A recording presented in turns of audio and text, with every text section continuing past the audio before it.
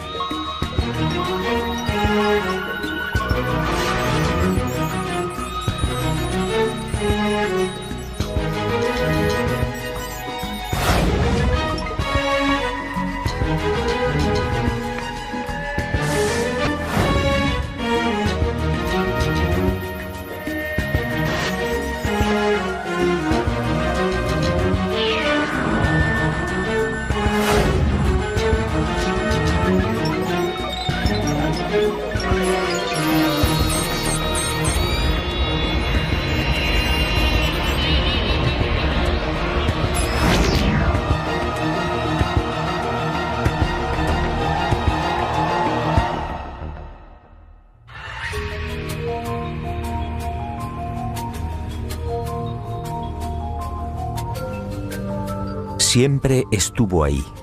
El hombre primitivo alzó también la vista hacia ella y sintió curiosidad.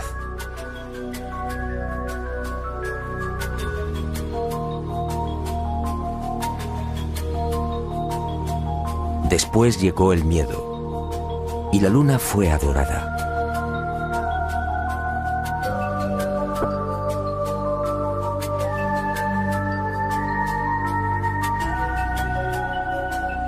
Más adelante los seres humanos la convirtieron en un sueño, a veces bello, a veces terrorífico. Y el satélite natural de la Tierra se convirtió en emblema de lo utópico, de lo inalcanzable.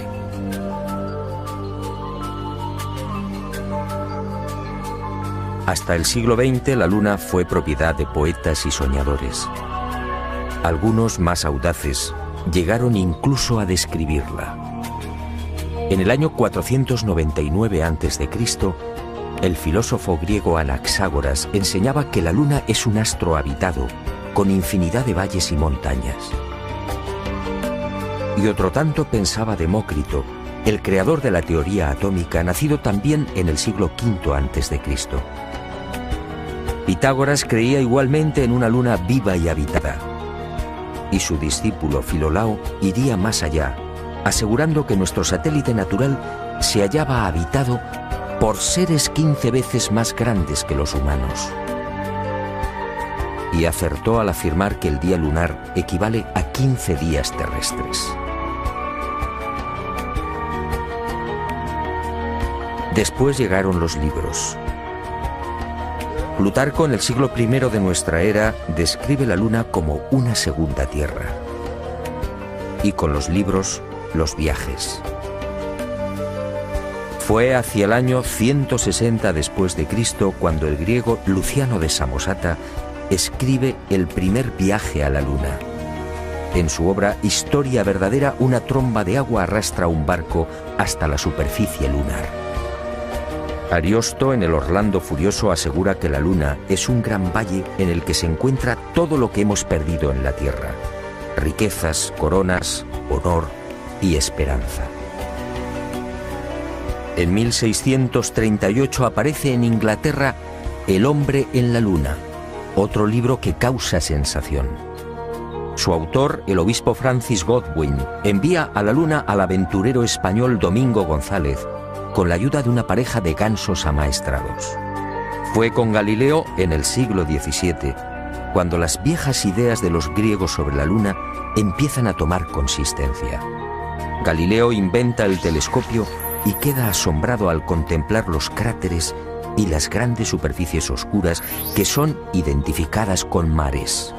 En 1647, John Hevelius traza el primer mapa lunar y lo publica en su libro Selenografía, afirmando que la Luna estaba repleta de ciudades. Entusiasmado con estos descubrimientos, Cyrano de Bergerac publica en 1648 su célebre Viaje a la Luna, un libro asombroso en el que por primera vez se habla de cohetes. Cyrano describe 2 astronaves, una impulsada por la evaporización del rocío, la otra por un cohete de 3 fases. Sería este trabajo justamente el que serviría de inspiración a Julio Verne y a los padres de la astronáutica moderna. En 1671, Querubín de Orleans publica un segundo mapa lunar. El interés del público es tal que en 1865 se publican 6 libros sobre temas espaciales. El más conocido fue sin duda De la Tierra a la Luna, del genial Verne. Y en 1903, el ruso Tsiolkovsky proporciona las pautas que servirían de modelo a la cohetería del siglo XX.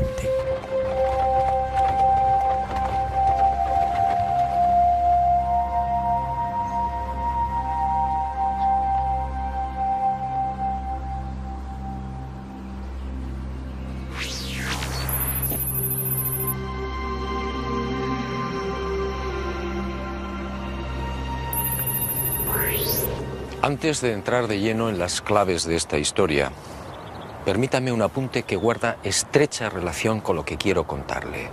Sígame de nuevo y guárdelo en su memoria.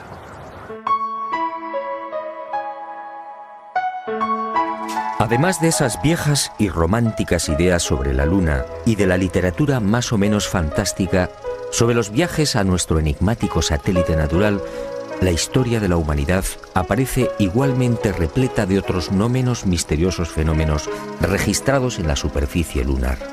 En el verano de 1178, al poco de ponerse el sol, un grupo de monjes de la Catedral de Canterbury observó en el filo de la Luna un formidable resplandor acompañado de gigantescas llamaradas. En 1789, el astrónomo Schroeder contempló atónito una enorme zona iluminada en la llamada región de los Alpes lunares.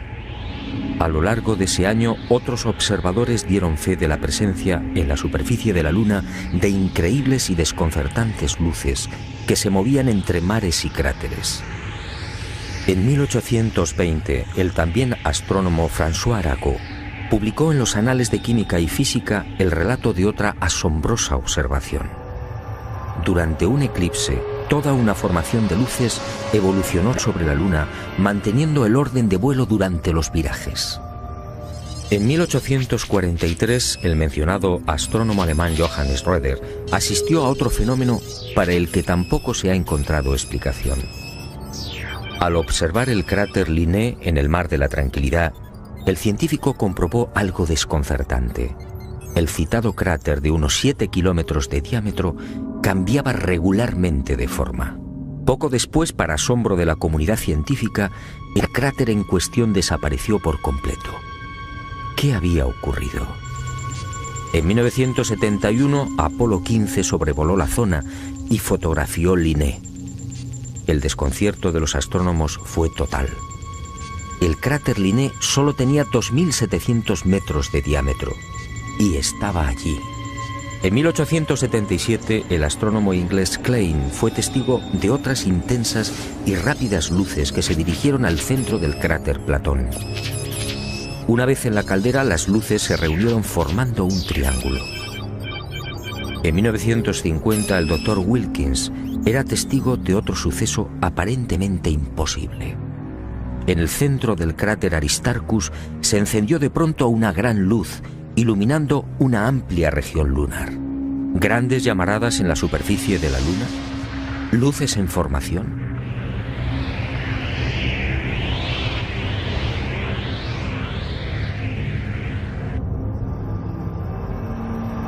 ¿Qué estaba pasando en la Luna?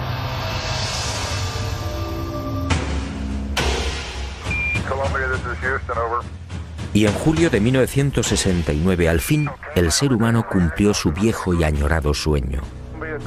El Apolo 11 se posaba en el Mar de la Tranquilidad.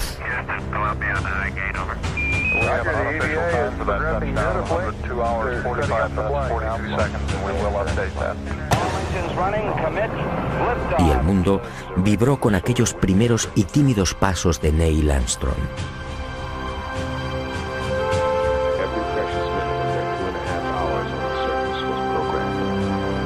Pero el mundo, una vez más, fue engañado.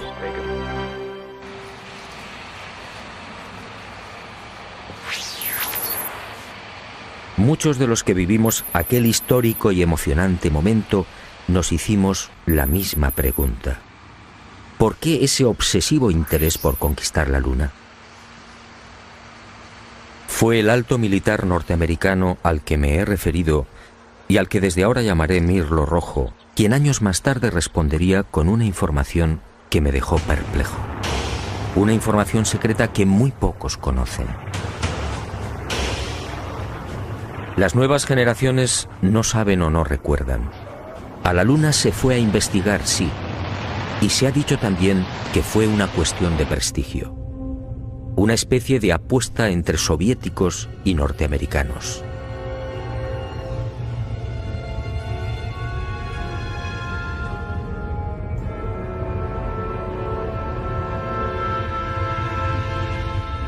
Pero hubo algo más.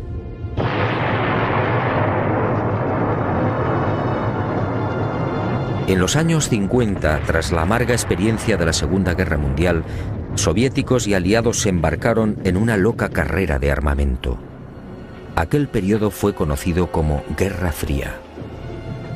Una peligrosa etapa en la que llegaron a fabricarse 15.000 bombas nucleares y 9.000 misiles intercontinentales. Y de pronto soviéticos y occidentales experimentaron un brusco giro. De la noche a la mañana, sin aparente justificación, la URSS sorprendió al mundo, situando en órbita el primer satélite artificial, el Sputnik. Era el 4 de octubre de 1957. Y armas nucleares y misiles intercontinentales quedaron en segundo plano. ¿Por qué? Y la opinión pública, atónita, asistió a otra sucesión de acontecimientos no menos desconcertante. Estados Unidos se enganchó también a la incipiente carrera espacial, manteniendo en la sombra su obsesión armamentística.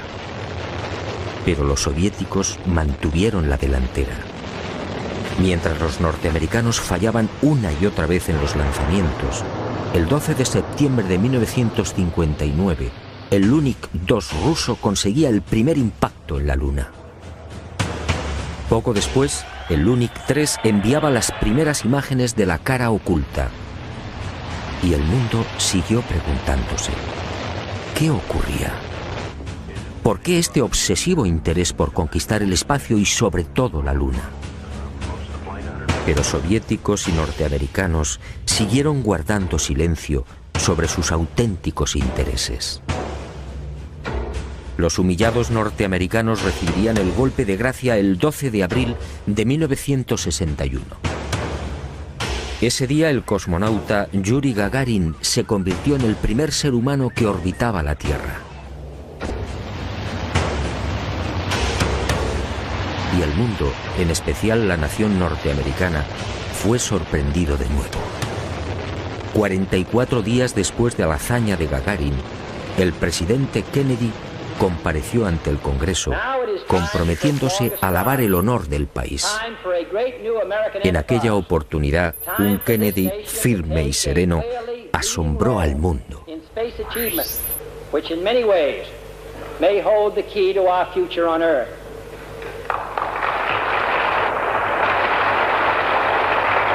I therefore ask the Congress, above and beyond the increases I have earlier requested for space activities, to provide the funds which are needed to meet the following national goals. First, I believe that this nation should commit itself to achieving the goal, before this decade is out, of landing a man on the moon and returning him safely to the Earth. ¿A qué se debían estas extrañas prisas? ¿Qué estaba ocurriendo? Aparentemente las palabras de Kennedy obedecían a la necesidad de recuperar el prestigio y la hegemonía militar. Y era cierto en parte. La verdad era otra. La verdad llegaría años más tarde y de la mano de Mirlo Rojo. Él confió en mí y me hizo partícipe de su gran secreto. Un secreto tan espectacular como diabólico.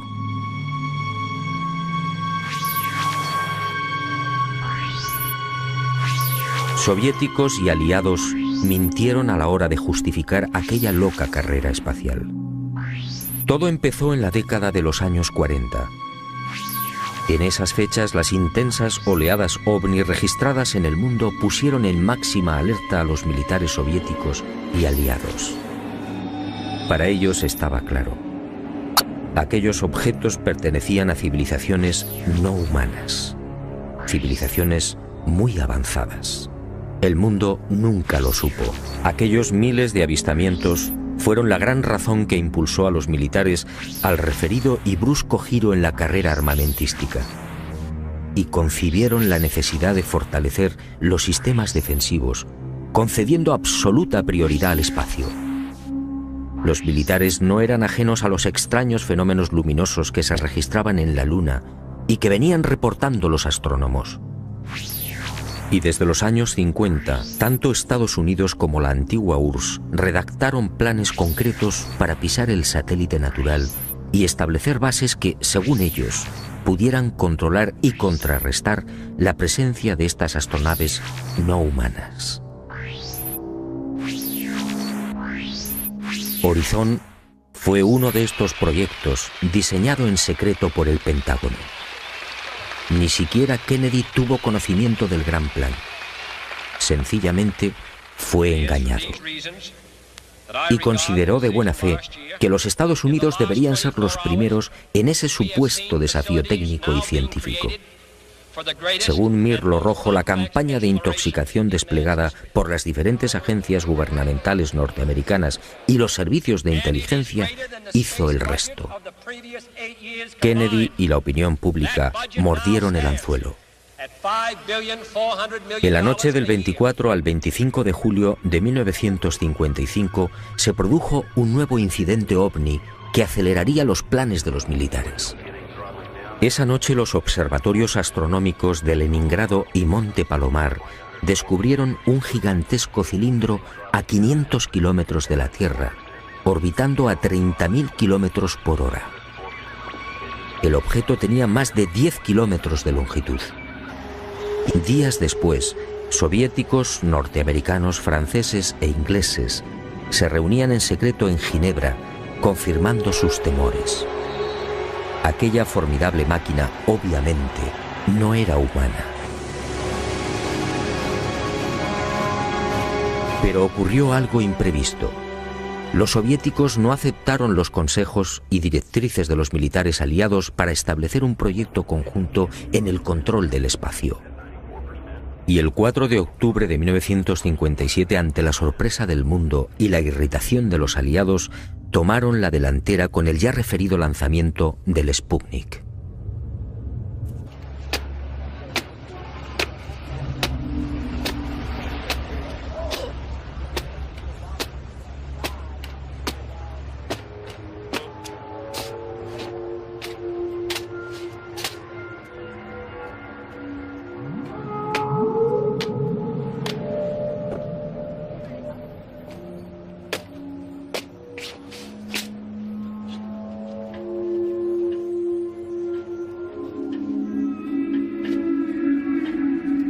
Y durante una década, entre 1957 y 1968, los militares norteamericanos y soviéticos fueron confirmando lo que ya sabían o imaginaban, y mucho más. En ese periodo fueron lanzadas más de 20 sondas automáticas que se estrellaron en la Luna o alunizaron suavemente.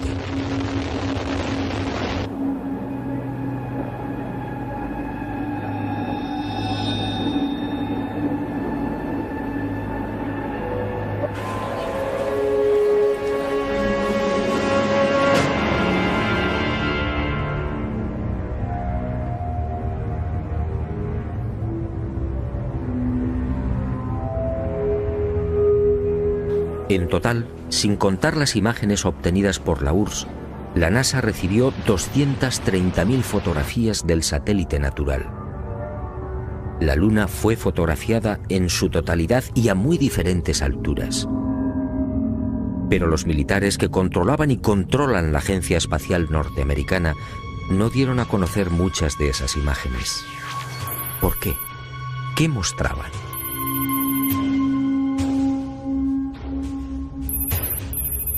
Cuando Mirlo Rojo me entregó algunas de estas fotografías, quedé desconcertado.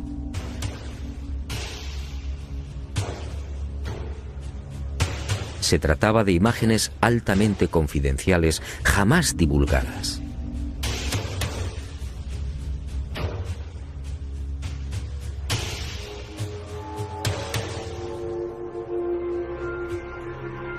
En una de ellas, tomada por la sonda Orbiter 2 en noviembre de 1966, se aprecian dos muros o carreteras paralelos de 27 kilómetros de longitud. Cada una de estas construcciones totalmente artificiales tiene una anchura aproximada de 450 metros. En el muro o carretera de la derecha se aprecia incluso un curioso detalle. La construcción ha sido alterada rompiendo la impecable línea recta con una curva de 1000 metros. En otra de las fotografías, los militares norteamericanos descubrieron lo que llamaron la Gran Presa, una no menos enigmática construcción de 5 kilómetros de longitud al norte del Mare Imbrium. El 19 de noviembre de 1966, la misma Orbiter 2 captaba a 48 kilómetros de altura y sobre el Mar de la Tranquilidad otra extraña formación. En esta ocasión se trataba de enormes pilares o monolitos perfectamente alineados de 3 en fondo. En total, 30 obeliscos de idéntica altura. Aquello obviamente no podía ser una formación natural. En total, según mi confidente, NASA terminó censurando 900 fotografías. Todas ellas pasaron directamente a los archivos del Pentágono. En ellas se distinguen grandes plataformas, posibles ruinas de edificios o ciudades, carreteras y gigantescas cúpulas. Las sospechas de los militares en efecto se cumplieron y prosiguieron con el plan previsto.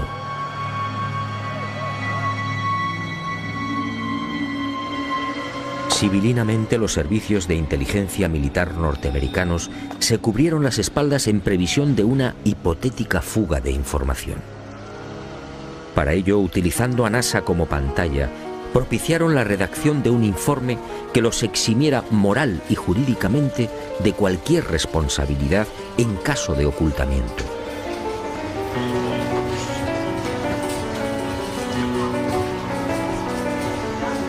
Este documento, conocido como Informe Brookings, redactado por prestigiosos científicos, sociólogos, políticos y economistas, fue presentado a la Cámara de Representantes e impreso en abril de 1961. Curiosamente, un mes antes del célebre discurso de Kennedy en el Congreso. Es decir, cuando NASA, la gran tapadera de los militares, estaba a punto de recibir luz verde y los necesarios dineros para el proyecto Apolo. En este informe, además de reconocer que la vida extraterrestre es una posibilidad real, se aconseja a NASA que no difunda los posibles hallazgos que pueda encontrar en la carrera espacial. En la página 215, en la sección titulada Implicaciones de un descubrimiento de vida extraterrestre, el documento señala que la exploración del espacio podría desembocar en el hallazgo de artefactos no humanos. En ese supuesto, continúa el informe Brookings, nuestra civilización se vería amenazada por un irremediable proceso de desintegración, tal y como ha sucedido en la Tierra en otras épocas y con otros pueblos. Este documento efectivamente no deja en buen lugar a la supuesta democracia norteamericana. Hablemos claro. En el informe Brookings, sencillamente, se anima a NASA a ocultar información. Y eso fue lo que hicieron.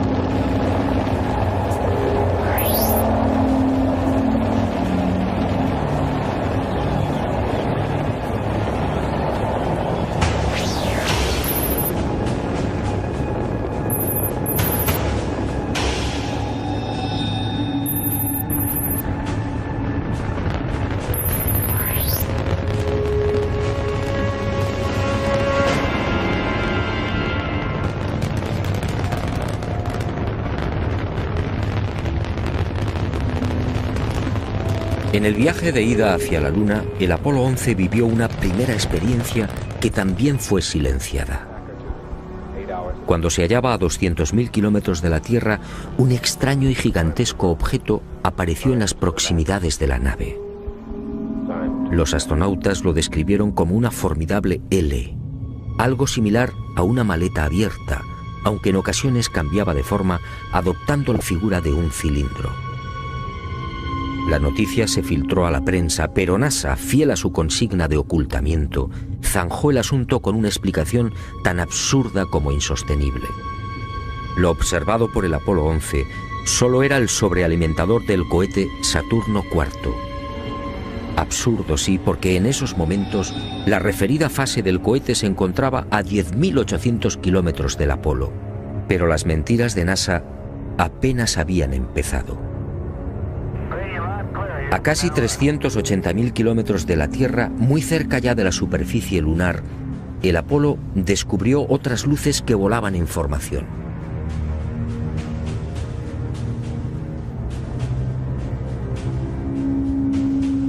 Según Mirlo Rojo, aquellas luces parecían esperar al Apolo 11.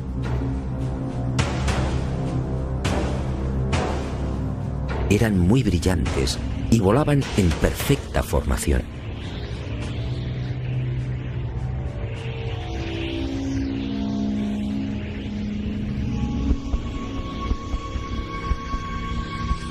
Poco después se alejaron a gran velocidad, desapareciendo hacia la superficie de la Luna. Los astronautas tenían razón. Aquello parecía un recibimiento. Pero lo más espectacular estaba por llegar.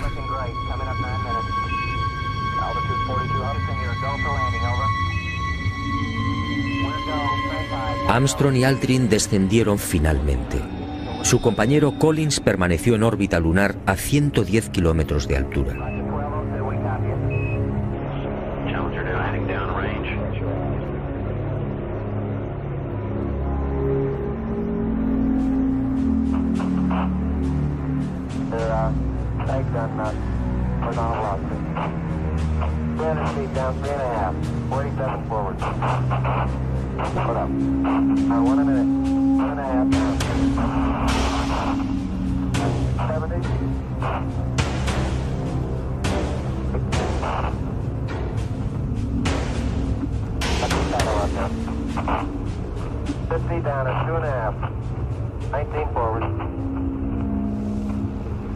Altitude, velocity, light, 3.5 down, 220 feet. 15 forward. 11 forward, come down nicely, 200 feet. 4.5 down, 5.5 down. 6.5 down, 5.5 down. 9 forward. Good. 620 feet. 100 feet, 3.5 down, 9 forward. 5%. 35. 75 feet. That's looking good, down a half. 6 forward. Challenger now heading downrange.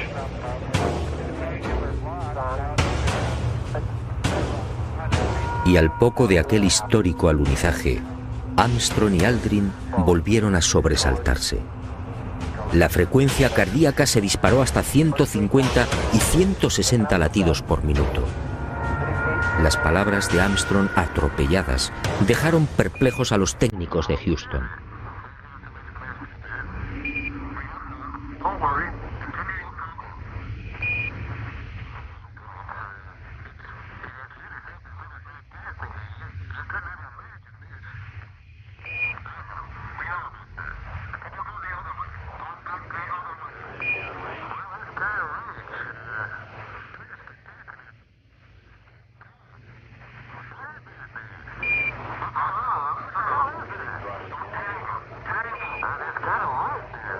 Al otro lado del cráter, existente a poco más de 60 metros del Águila, habían aparecido unas naves y unos seres. Objetos en forma de disco y perfectamente alineados sobre el terreno.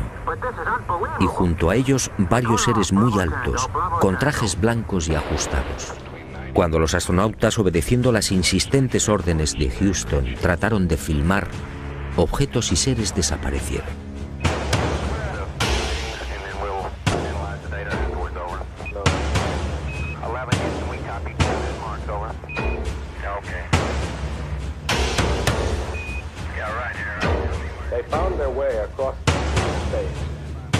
Y llegó el momento culminante, el verdadero objetivo de Apolo 11, la secreta razón que impulsó a los militares a conquistar la Luna.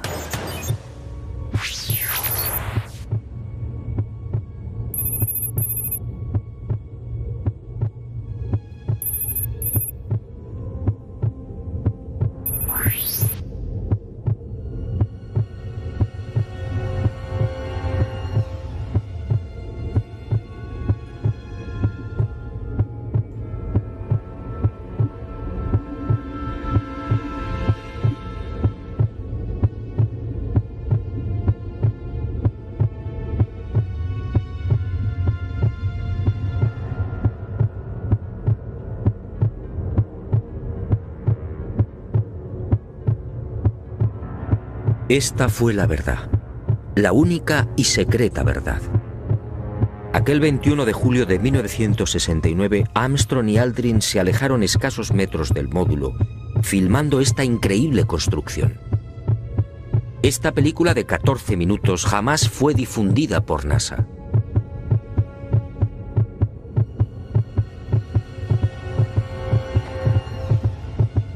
Mirlo Rojo fue uno de los pocos norteamericanos que tuvo acceso a ella. A escasos metros, sí, del Águila. Y no fue casualidad. Todo estaba minuciosamente programado.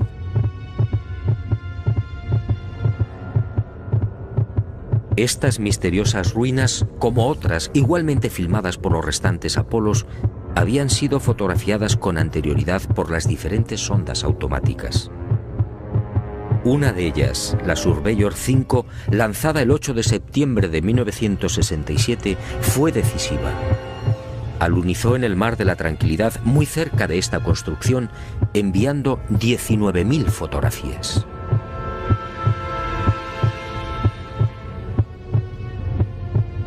Edificios en ruinas. Edificios en la superficie de la Luna. Edificios aparentemente de una gran antigüedad.